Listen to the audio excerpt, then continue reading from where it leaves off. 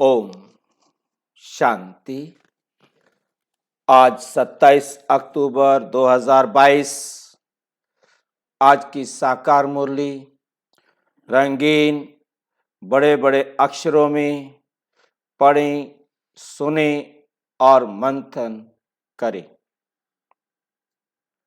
आज की मुरली का सार, मीठा मीठा बाबा कहते मीठे बच्चे, तुम्हें इस पतित दुनिया में अपना बुद्धि योग निकाल, इस पतित दुनिया से अपना बुद्धि योग निकाल, बेहद का सन्यासी बनना है। बेहद का मतलब संसार की किसी भी वस्तु के प्रति हमारा आकर्षण ना, मिल जाए तो भला, ना मिले तो भला, देह है तो भला, ये देह नहीं है तो भी भला, इस देह में भी मुझे कोई जरा भी आकर्षण ना। सन्यासी माना पूरे पवित्र, सन्यासी माना पूरे पवित्र, और पवित्र माना मैं आत्मा। बस बस मैं आत्मा, मेरा उसके साथ कुछ भी नहीं, जरा सा भी कुछ भी मेरा चिपकाया तो अपवित्रता। और पक्के योगी माना, पक्के योगी माना मेरा बाबा। For that, you'll have to turn off airplane mode or connect to a Wi-Fi network. बस, और कुछ भी नहीं। मैं और मेरा, हाँ, पूरे पवित्र माना मैं आत्मा, और पक्के योगी माना मेरा बाबा, और किसी को भी मेरा नहीं कह सकते। तब समझो हम हैं सन्यासी। यदि हम किसी भी चीज को, संसार के किसी भी चीज को मेरा कहते हैं तो सन्यासी नहीं है। और मेरा बाबा कहने का क्या मतलब? हाँ जी, फिर हक नहीं, हक का रिवाज गया। हक तब मिलता है जब मैं सिर्फ उसका कहना मानूं। मेरा बाबा माना कुछ नहीं, मेरा बाबा माना सिर्फ इतना है कि मैंने बाबा का कहना मानना है। अधिकार वगैरह कुछ नहीं, अधिकार तो अपने आप तब मिलेंगे जितना मैं कहना मानूंगा।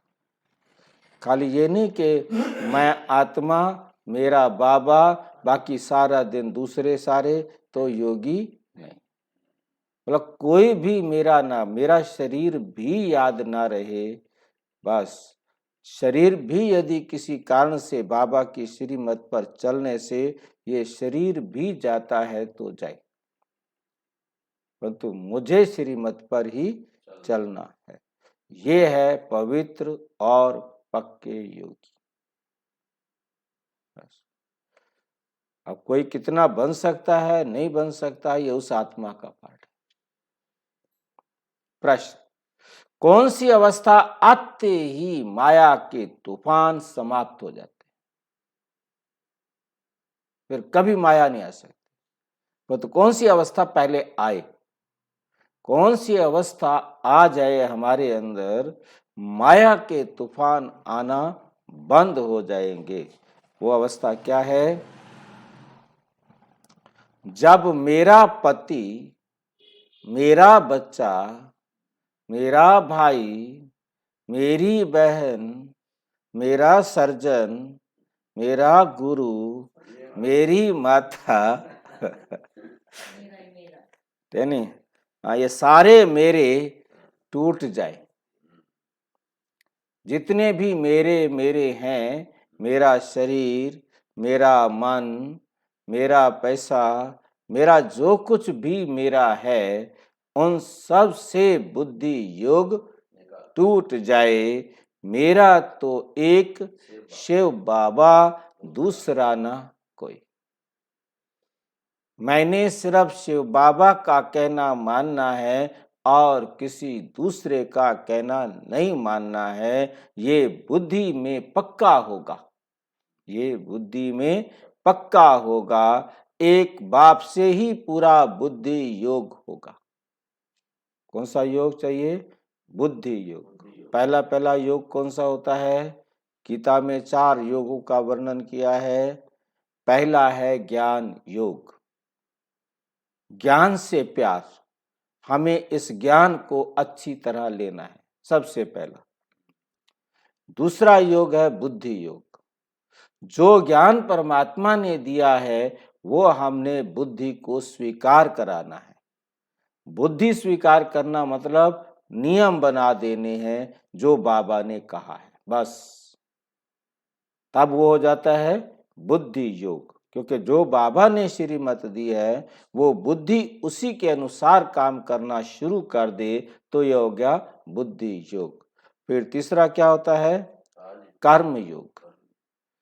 कर्म योग में क्या होता है कि बुद्धि ने जब स्वीकार कर लिया तो हमारा हर कर्म बाबा की श्रीमत के अनुसार होना शुरू। जो भी काम करेंगे वो बाबा की श्रीमत के अनुसार करेंगे, तब वो कहलाएगा कर्म योग, बाबा की श्रीमत के अनुसार काम।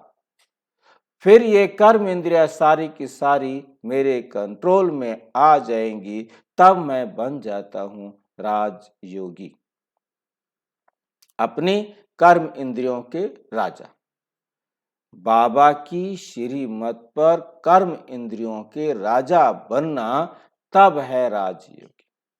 ये 4 अवस्थाएं प्राप्त होती है, ठीक है नहीं? तो राजयोग का वर्णन दुनिया वाली गीता में है, परंतु कोई बता नहीं सकता कि हम राजयोगी कैसे बने। राजयोग होता क्या है? अपनी कर्म इंद्रियों के राजा बनना। हम अपनी कर्म इंद्रियों के राजा बनेंगे तो सतयुग में राजा बनेंगे, नहीं बने तो नहीं बनेंगे। एक बाप से ही पूरा बुद्धि योग लगा होगा, तब माया के तूफान समाप्त हो जाएंगे। एक बाप से क्या लगा होगा? बुद्धि योग लगा होगा, तब माया के तूफान समाप्त हो जाएंगे। गीत कौन आया मेरे मन के द्वारे, पायल की ननकार। ओम शांति। भगवान वाच, ये तो बच्चे समझ गए हैं, ये तो बच्चे समझ गए हैं कि आत्माओं का बाप उसे कहा जाता है। किसे कहा जाता है? परम पिता, परम आत्मा, परमात्मा, परम आत्मा। बाप खुद समझाते हैं मेरा कोई आकार में बड़ा रूप नहीं है। जैसे आत्मा के लिए कहते हैं स्टार है, भ्रिकुटी के बीच में रहता है, वैसे मैं भी परम आत्मा हूं। उसकी महिमा बड़ी है, ज्ञान सागर है, बाकी इतना बड़ा चित्र जैसे नहीं है।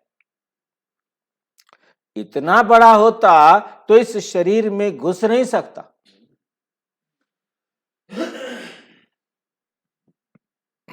घुसेगा कैसे? अंगूठे मिसल हो तो घुसेगा कहां से? जाके बुद्धि में बैठेगा। सरसों मिसल भी हो तो जाने के लिए रास्ता चाहिए ना। और आत्मा को घुसने के लिए कोई दरवाजे की जरूरत नहीं है।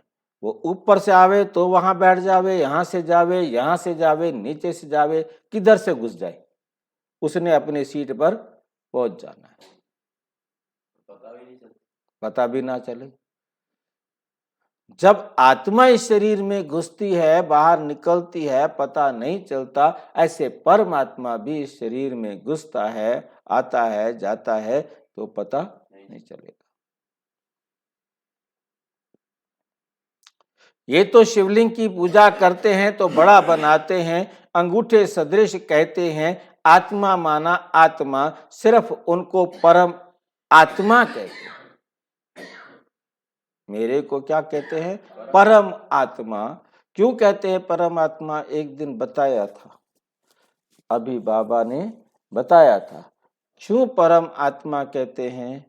क्योंकि मैं सबसे न्यारा हूं, मैं कभी भी देह में नहीं आता, मैं कभी भी अपने गुणों और शक्तियों को क्षय नहीं करता, मैं परम हूं, मैं सर्वोच्च हूं, मेरा कोई माता पिता गुरु शिक्षक नहीं है, इसलिए मुझे परम कहा जाता है। मेरे से ऊपर यदि कोई हो तो फिर मैं भी परम नहीं हो सकता, फिर मुझे भी परम नहीं कह सकते, क्योंकि मेरे से भी ऊपर कोई है ना। आत्मा अंगूठे सदृश कहते हैं, आत्मा माना आत्मा, सिर्फ उनको परम कहते हैं जो कहाँ रहता है? परम धाम में रहते हैं, वो सदा परम धाम में रहते हैं। मैं यहां आके आपको ज्ञान दे भी रहा हूं तो भी जब मुझे याद करो तो मुझे परम धाम में याद करो। तो बाबा यहां आया हुआ है, हमें सामने बैठकर ज्ञान दे रहे हैं, फिर भी वो परम धाम में है। क्यों? क्योंकि मैं कभी संकल्प नहीं करता। तुम्हें सोचना पड़ता है कि मैंने अगले पल क्या बोलूं,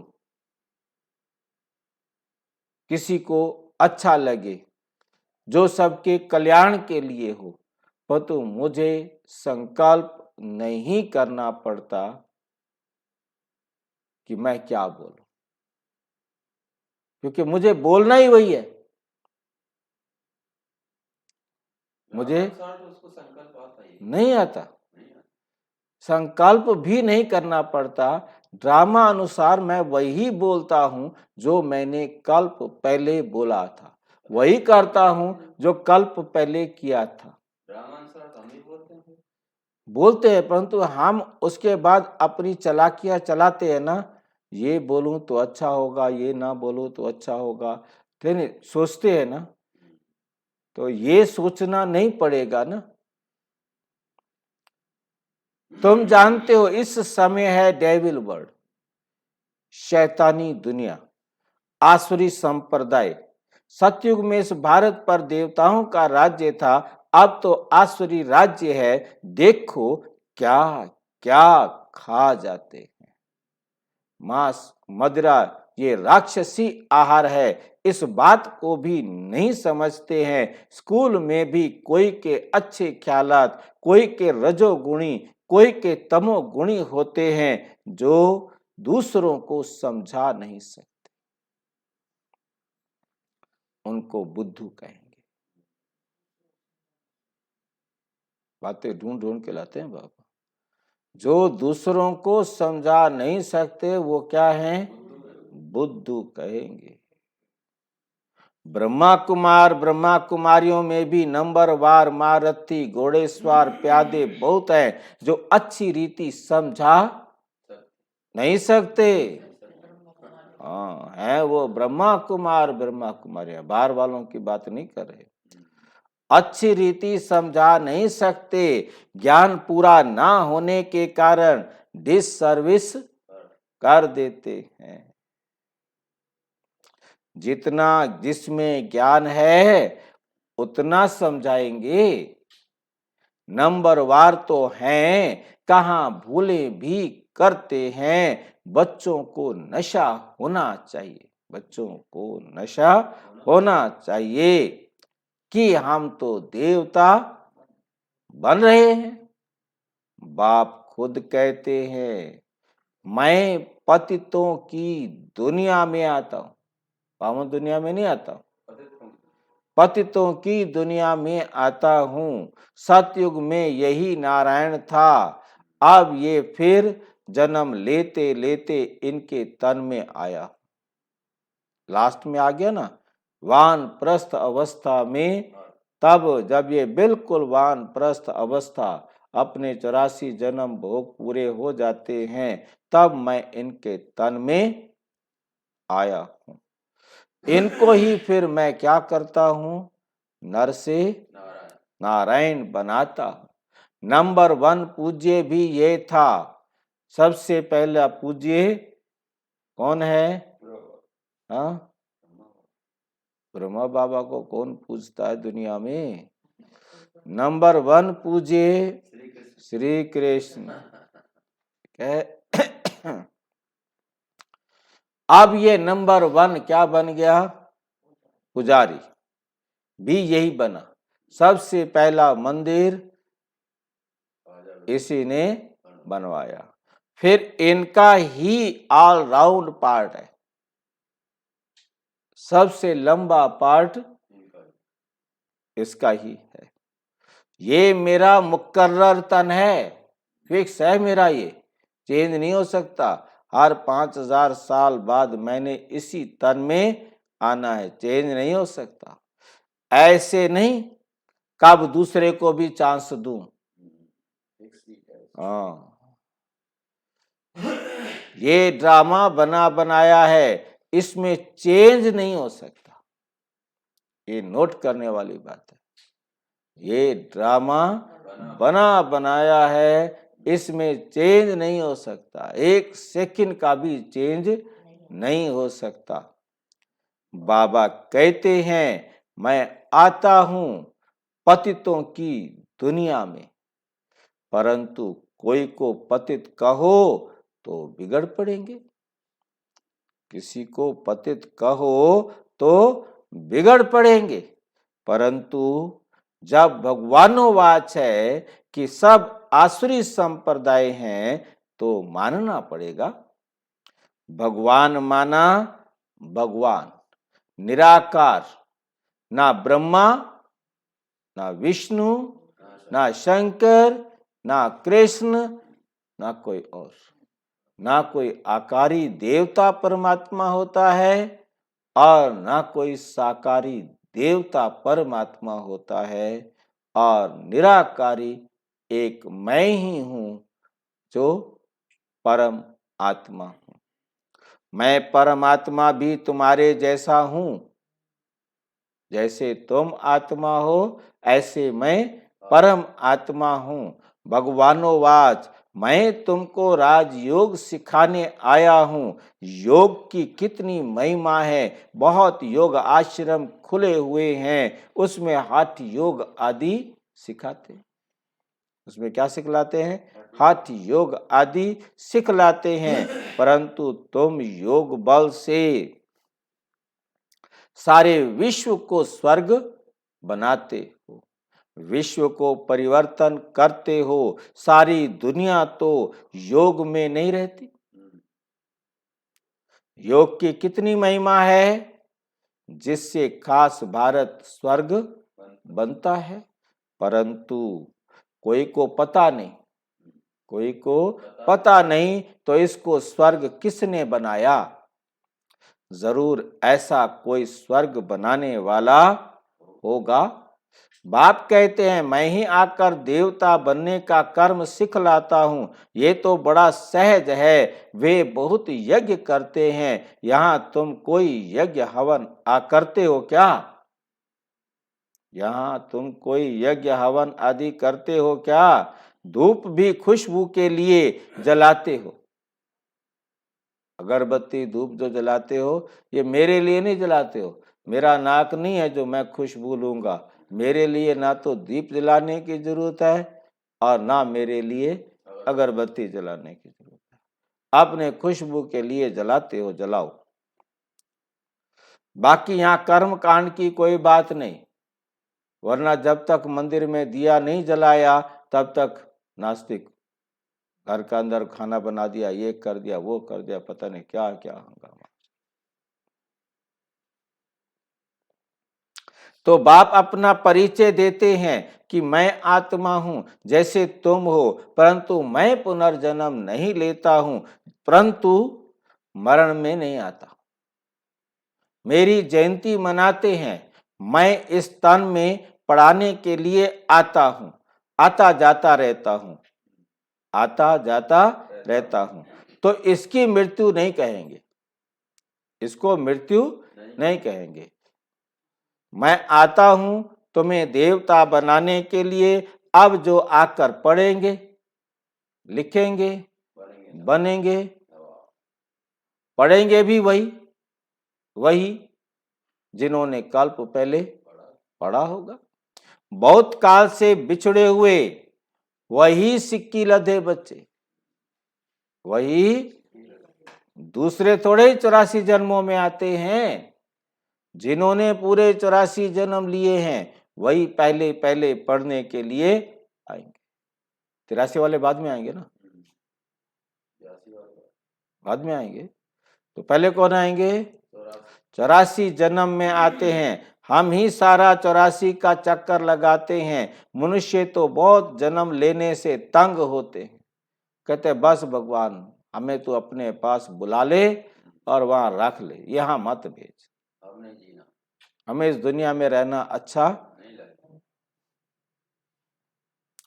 मनुष्य तो बहुत जन्म लेने से तंग होते हैं। तुमको कहेंगे हम 84 के चक्र में नहीं आने चाहते, परंतु हम कितने पहलवान हैं जो और ही खुश होते हैं। हम इस 84 के चक्र को याद करते करते चक्रवर्ती राजा बन जाते हैं। उन्हों के झंडे में भी चक्र है, फिर उन्होंने चरखा बना दिया है। उनके सामने तुम्हारा कोट ऑफ आर्म्स, ठीक है, कोट ऑफ आर्म्स फिर से आ गया।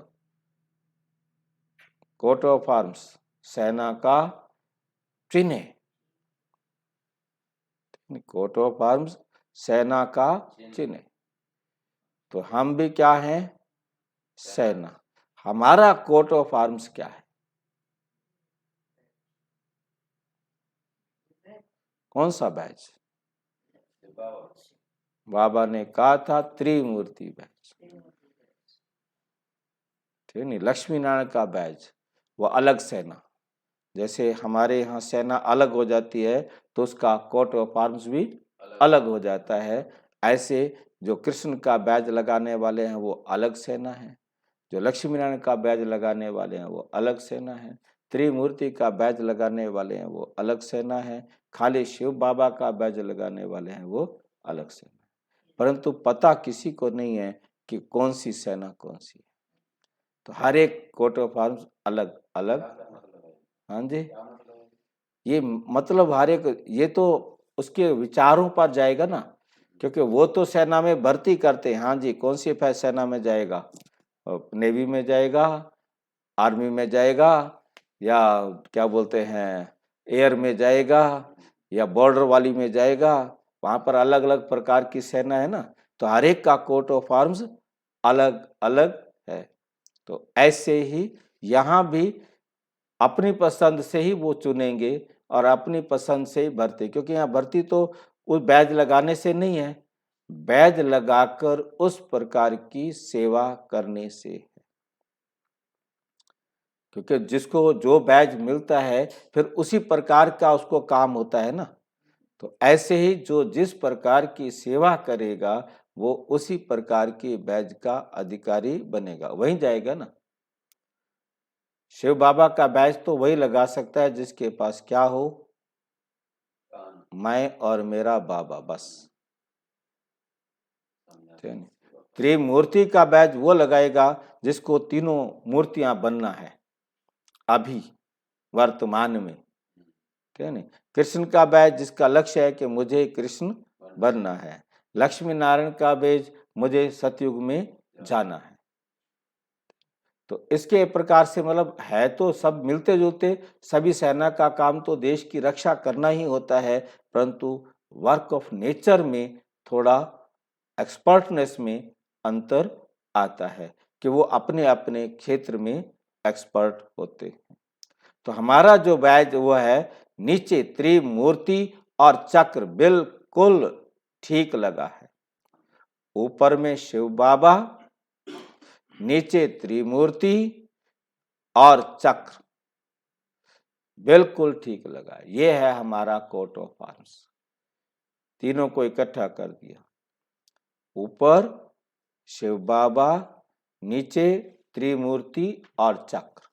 ये बाबा का जो पहला चित्र बनाया थे नी, तो उस पर ये कोट ऑफ आर्म्स कहा कि यही हमारा कोट ऑफ आर्म्स है। बाबा में जो अपना क्या है हिस्ट्री हॉल, वहां चित्र लगा हुआ है। ऊपर शिव बाबा, इधर त्रिमूर्ति और नीचे चक्र, तीनों चित्र एक ही उसमें लगाए हैं। ये तुम्हारा शिव का झंडा बिल्कुल ठीक है। ये तो बाद में बनाया ना किरणों वाला झंडा, परंतु पहले तुमको समझाया है। सन्यास दो प्रकार का है। एक निर्वृत्ति मार्ग का सन्यास, जो जंगल में जाते हैं, वो है हाफ सन्यास, वो है आधा सन्यास। तुम्हारा है फुल सन्यास। किसका? सारी आसुरी दुनिया का सन्यास करते हो। मेरा पति, मेरा बच्चा, मेरा गुरु, मेरा मेरा मेरा से बुद्धि योग खत्म, कोई मेरा वेरा नहीं है। मेरा तो एक शिव बाबा, दूसरा ना कोई। जब तक ये अवस्था नहीं आएगी तब तक तूफान आते रहेंगे, झोंके खाते रहेंगे। बाप सारी आसुरी दुनिया का सन्यास कराते हैं, क्योंकि ये सब भस्म होना है। वे ऐसे नहीं कहते सब भस्म होना है। तुम रहते संबंधियों के बीच में हो, परंतु उनको देखते बुद्धि वहां लगी हुई है। मेरा कुछ है नहीं, मेरा कुछ है नहीं। तो काम क्रोध किससे होगा? मेरा पति नहीं, पत्नी नहीं, बच्चे नहीं, पड़ोसी नहीं, अड़ोसी नहीं, कोई नहीं, फिर किससे बताओ तुम्हारा झगड़ा होगा?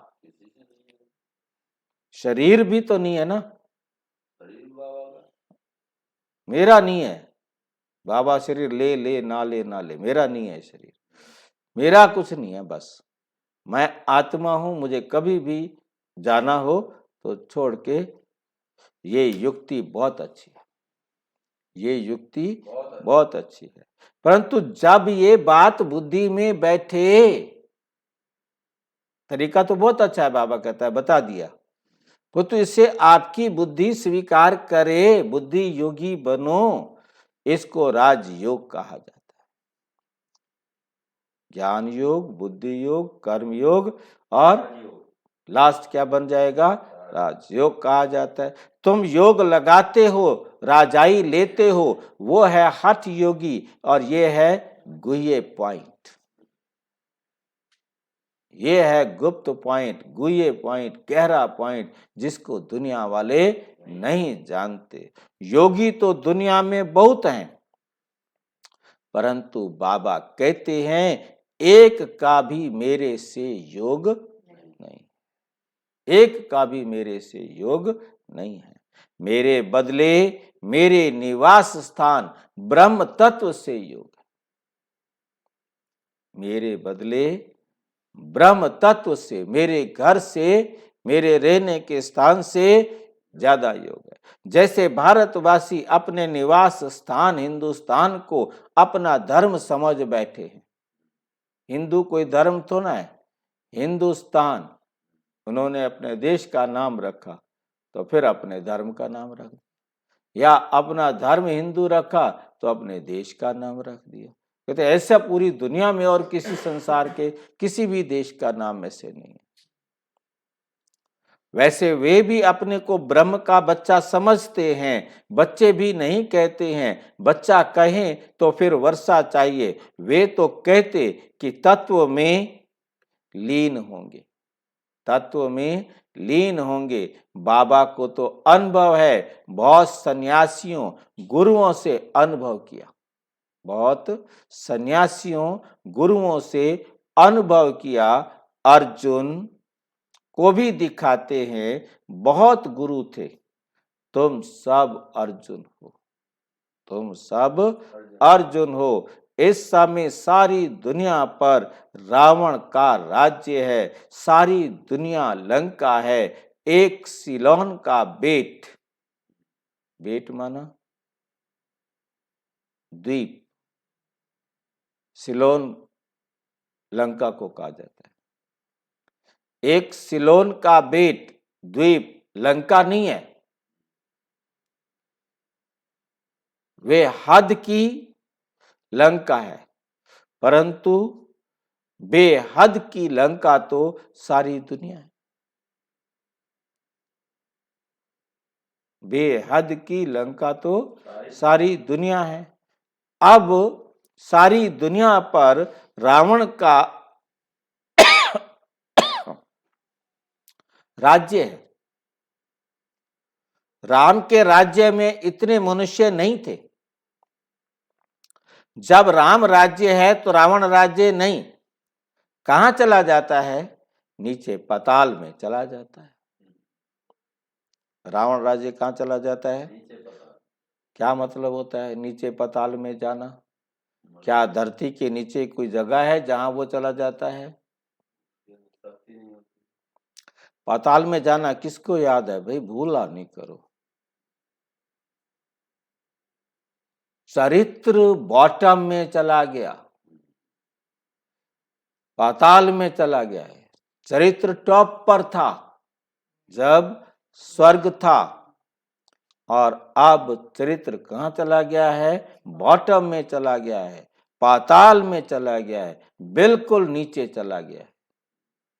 बॉटम माना बिल्कुल नीचे, और टॉप माना सबसे। अब उन्होंने समझा इस धरती के अंदर पाताल है।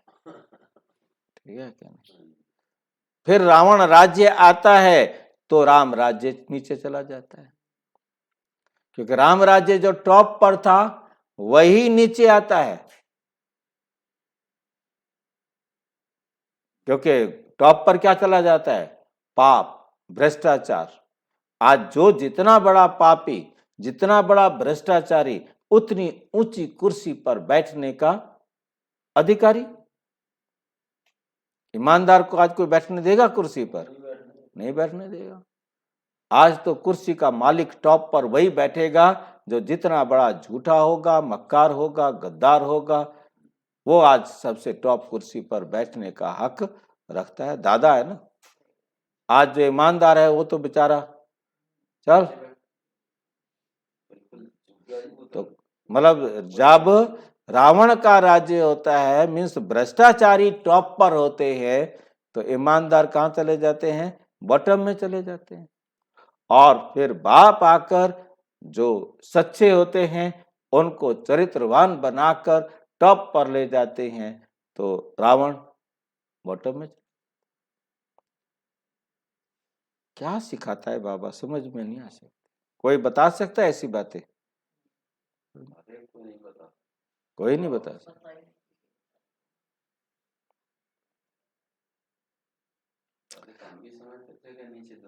हाँ, जब चक्र फिरता है तब सतयुग ऊपर आ जाता है, द्वापर कलयुग नीचे चला जाता है। अब चक्र में भी है नहीं, चक्र फिरेगा तो अब चक्कर फैलाओगे, दो चीजें हैं, या तो सुई को घुमाओ या चक्र को घुमाओ। अब सुई को सीधा खड़ा कर दो, अब सतयुग ऊपर है, अब उसको सुई वहीं के वहीं खड़ी रहे, तो चक्कर को घुमाओ तो क्या होगा? कलयुग ऊपर चला जाएगा और सतयुग लास्ट में आ जाएगा। द्वापर कलयुग नीचे चला जाता है तो सतयुग त्रेता नीचे से ऊपर आ जाएगा। चक्कर की बात है, उन्होंने ऐसे लिख दिया है, बाकी कोई सागर में नहीं चला जाता। वो सागर तो से निकल नहीं आता, ना तो कोई सागर में चला जाता है, ना कोई सागर से निकल आता है। बाप समझाते हैं ये बड़ी गुह्य समझने की बातें हैं, इसमें पवित्रता ही फर्स्ट, पवित्रता है फर्स्ट, और योग पक्का चाहिए, योग पक्का चाहिए। इसको कहा जाता है कंप्लीट सन्यास, इसको कहा जाता है कंप्लीट सन्यास। इस दुनिया से बुद्धि योग खलास, ये बातें तुम्हारे में भी कोई समझते होंगे? ये बातें तुम्हारे में भी कोई समझते होंगे? सब समझें तो ज्ञान गंगा बन जाए, छोटी नदी बने, कैनाल्स बने, अच्छा टुबका बन घर में सुनाए। आई समझे बात को? ज्ञान की गंगा बन जाओ, नहर बन जाओ, कैनाल बन जाओ, चलो तुम टुबका तो बन जाओ। टुबका किसे कहते हैं? जो सिर्फ घर वालों को सुनाता हो। क्या टुबका सुना है ना नाम? छोटा सा तालाब, गाँव में जोड़ बोलते हैं।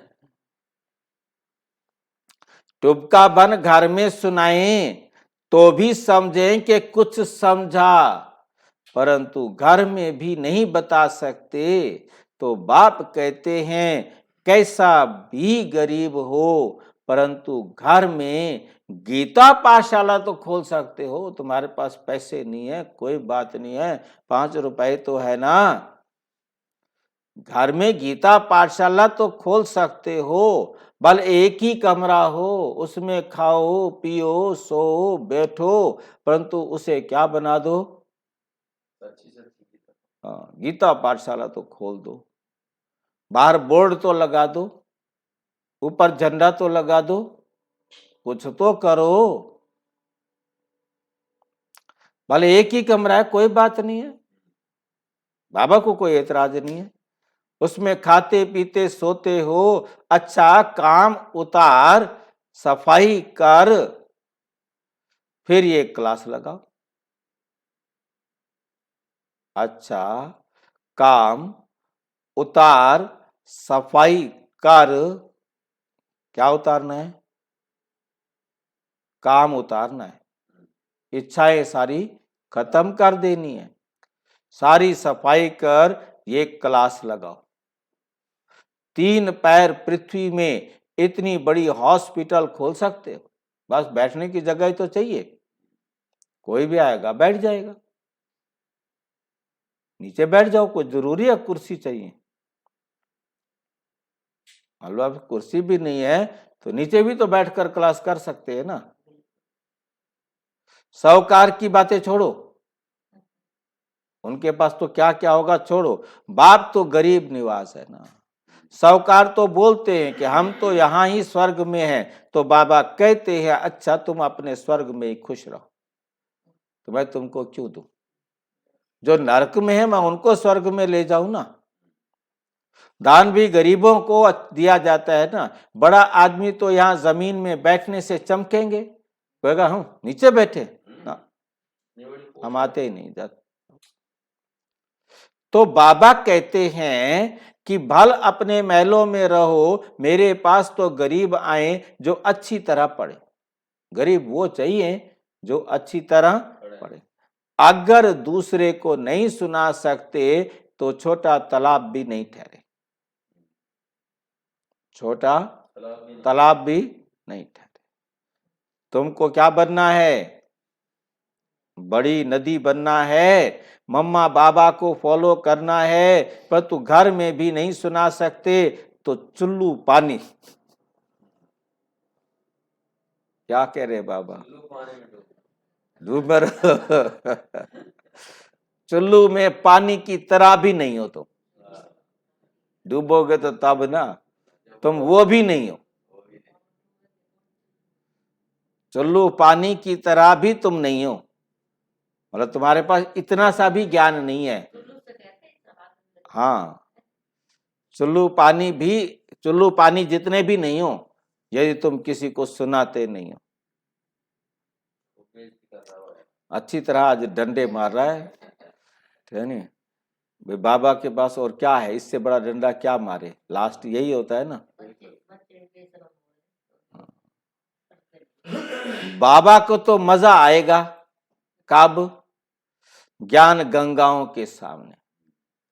बाप को तो मजा आएगा ज्ञान गंगाओं के सामने, कई बाबा के सम्मुख सुनते हैं तो खुश होते हैं, परंतु यहां से उठे, सीढ़ी नीचे उतरे तो नशा भी उतरता जाता है। सीढ़ी उतरते जाते हैं, नशा उतरता जाता है। जितने कदम दूर होते जाते हैं, नशा खत्म। घर पहुंचे तो फिर वही झार मुई जाग मुई पर चिंतन चालू। बाबा तो चलन से समझ जाते हैं, आते हैं मिलने, कहते हैं मेरा पति मेरा बच्चा है। अरे तुमको पति कहां से आया? मिलने आते हैं ना बाबा से, कहते कौन है ये मेरा पति है, ये मेरा बच्चा है। बाबा कहते कहां से आया? मैं बैठा हूं सामने, सारा कुछ मैं और बना रखा है इनको, फिर मेरे से क्या मिलेगा भाई? कहां से आया ये? आती हो स्वर्ग में चलने, फिर भी मेरे मेरे में फंसी हो। अच्छा इतनी डोज काफी है ना आज, या ज्यादा देवें? देना इतना चाहिए जितना हजम कर सके।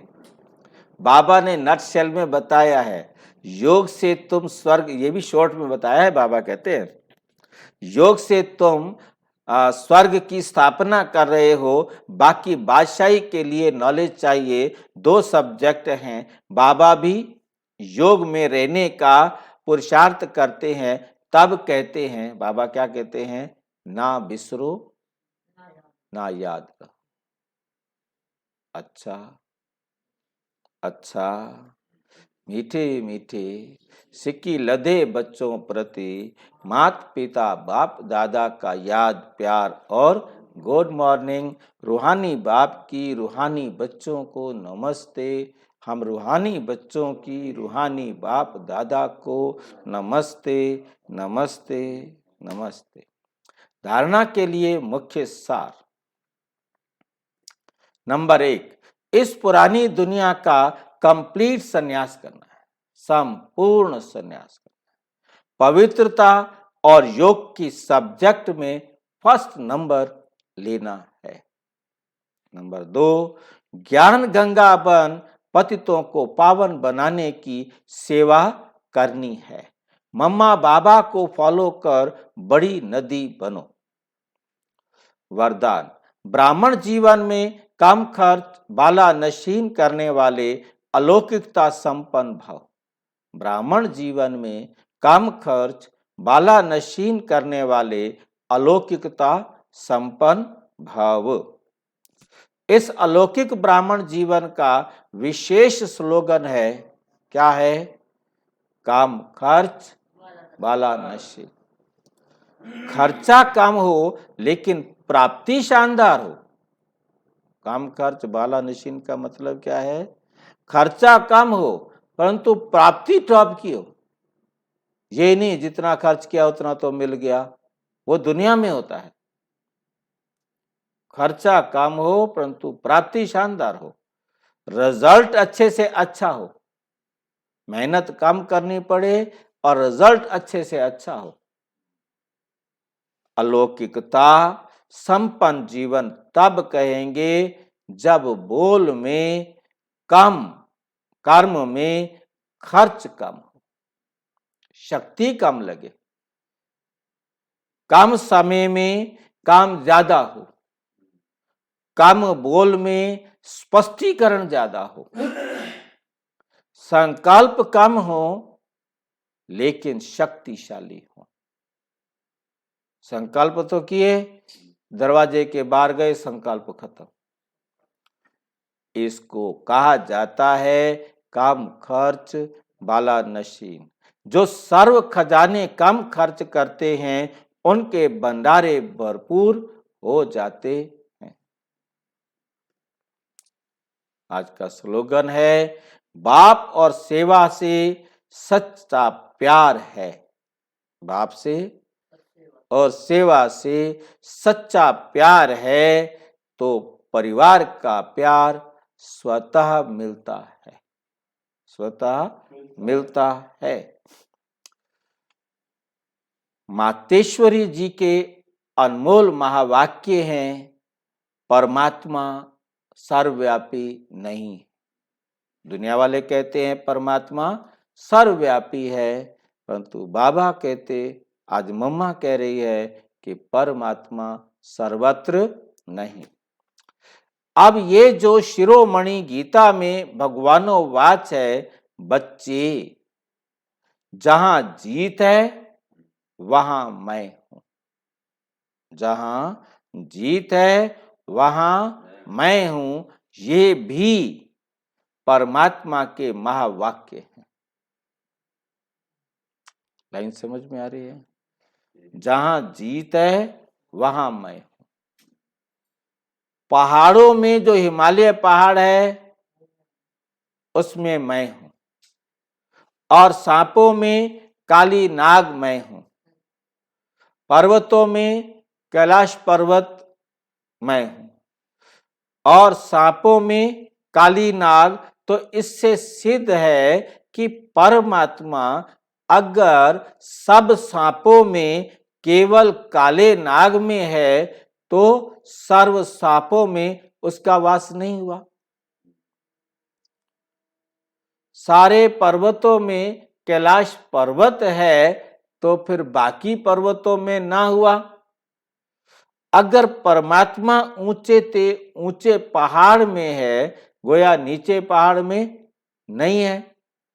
और फिर कहते हैं जहां जीत वहां मेरा जन्म, गोया हार में नहीं हूं, जहां हार है वहां मैं नहीं हूं। अब ये तीन बातें सिद्ध करती हैं कि परम आत्मा सर्वव्यापी नहीं है। एक तरफ ऐसे भी कहते हैं और दूसरी तरफ ऐसे भी कहते हैं कि परमात्मा अनेक रूप में आते हैं। जैसे परमात्मा को 24 अवतारों में दिखाया है। कहते हैं कच्छ मत्स्य आदि सब रूप परमात्मा के हैं। अब ये है उन्हों का मिथ्या ज्ञान, ये है उन्हों का मिथ्या ज्ञान। ऐसे ही परमात्मा को सर्वत्र समझ बैठे, जबकि इस समय कलयुग में सर्वत्र कौन है? माया ही व्यापक है, माया रावण ही व्यापक है। तो फिर परमात्मा व्यापक कैसे ठहरा? गीता में भी कहते हैं मैं फिर माया में व्यापक नहीं हूं, मैं माया में व्यापक नहीं हूं, हार में मैं नहीं हूं। जहां बुराइयां हैं, अवगुण है, वहां इससे सिद्ध है कि परमात्मा सर्वत्र नहीं है। मातेश्वरी जी के अनमोल महावाक्य निराकारी, आकारी और साकारी दुनिया, एक है निराकारी, आकारी और साकारी, तीनों प्रकार की दुनिया कैसी है। अब ये तो हम जानते हैं कि जब हम निराकारी दुनिया कहते हैं तो निराकार का अर्थ ये नहीं कि उनका कोई आकार नहीं है।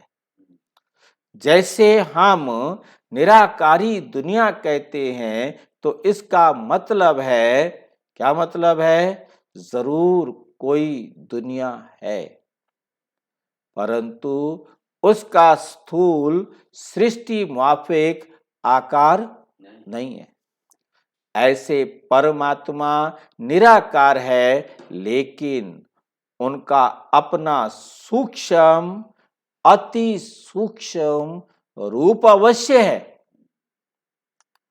तो हम आत्मा और परमात्मा का धाम निराकारी दुनिया है। अब निराकारी दुनिया का मतलब क्या हुआ?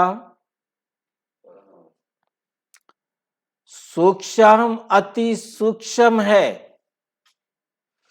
जब हम दुनिया अक्षर कहते हैं तो इससे सिद्ध है वो दुनिया है और वहां रहते हैं, तभी तो दुनिया नाम पड़ा। अब दुनियावी लोग तो समझते हैं परमात्मा का रूप भी अखंड ज्योति तत्व है, इतना सूक्ष्म, अति सूक्ष्म है जिसको काटा नहीं जा सकता।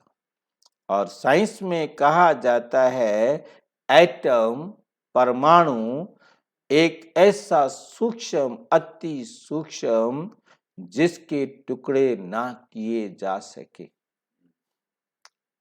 साइंस में एटम को क्या कहा जाता है? परमाणु ऐसा एक किसी तत्व का इतना सूक्ष्म रूप कि जिसके बाद उसके टुकड़े ना किए जा सके। यहाँ सूचना जानकारी के लिए होम्योपैथिक जो दवाई है उस सूक्ष्म रूप को भी लाखों हिस्सों तक और करोड़ों हिस्सों तक बांट सकती है। होम्योपैथिक जितनी भी दवाइयां हैं वो उस एक एटम को भी लाखों करोड़ों तक बांट सकती, जिसको देख नहीं सकते। और जितनी सूक्ष्म हो जाती है उतनी पावरफुल हो जाती। वो हुआ परमात्मा के रहने का ठिकाना, जिसको रिटायर्ड होम कहते हैं। तो हम परमात्मा के घर को परमात्मा नहीं कह सकते। घर घर है परमात्मा, जबकि परमात्मा का साइज, आत्मा का साइज, परम धाम का साइज सेम है, क्योंकि तीनों निराकार है। आत्मा निराकार, परमात्मा निराकार, परम धाम भी निराकार। अब दूसरी आकारी दुनिया है जहां ब्रह्मा, विष्णु, शंकर, देवताएं आकारी रूप में रहते हैं, और ये है साकारी दुनिया, जिनके दो भाग हैं। एक है निर्विकारी स्वर्ग की दुनिया जहां आधा कल्प सर्वदा सुख है, पवित्रता और शांति है। दूसरी है विकारी कलयुगी दुख और अशांति की दुनिया, दुख और अशांति की दुनिया। अब वो दो दुनियाएं क्यों कहते हैं?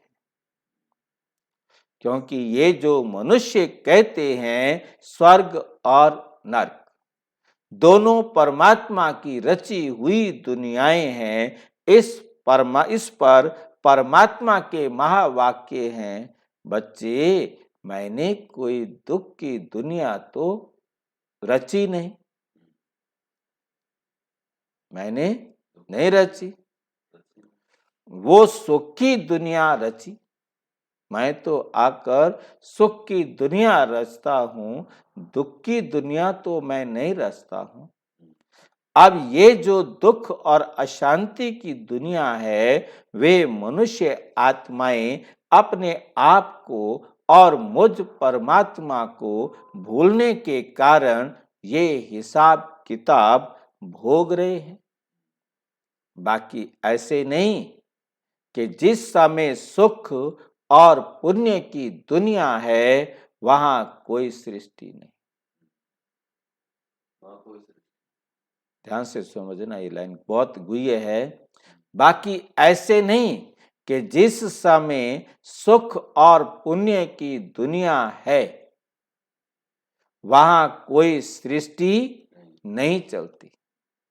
हाँ, अवश्य जब हम कहते हैं कि वहां देवताओं का निवास स्थान था तो वहां सब प्रवृत्ति चलती थी, परंतु इतना जरूर था कि वहां विकारी पैदाइश नहीं थी।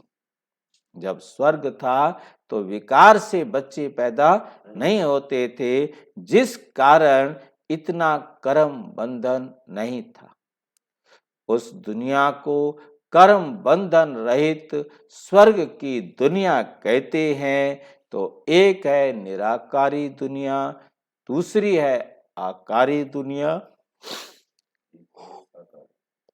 और तीसरी है साकारी दुनिया। अच्छा, ओम शांति। विस्तार से जानने के लिए विश्व में 140 देशों में प्रजापिता ब्रह्मा कुमारी ईश्वरीय विश्वविद्यालय के किसी भी सेवा केंद्र पर संपर्क करें और यदि कोई प्रश्न है तो 9213106986 पर केवल टेलीग्राम करें, 9650692270 पर केवल व्हाट्सएप करें, फोन नहीं। ओम शांति।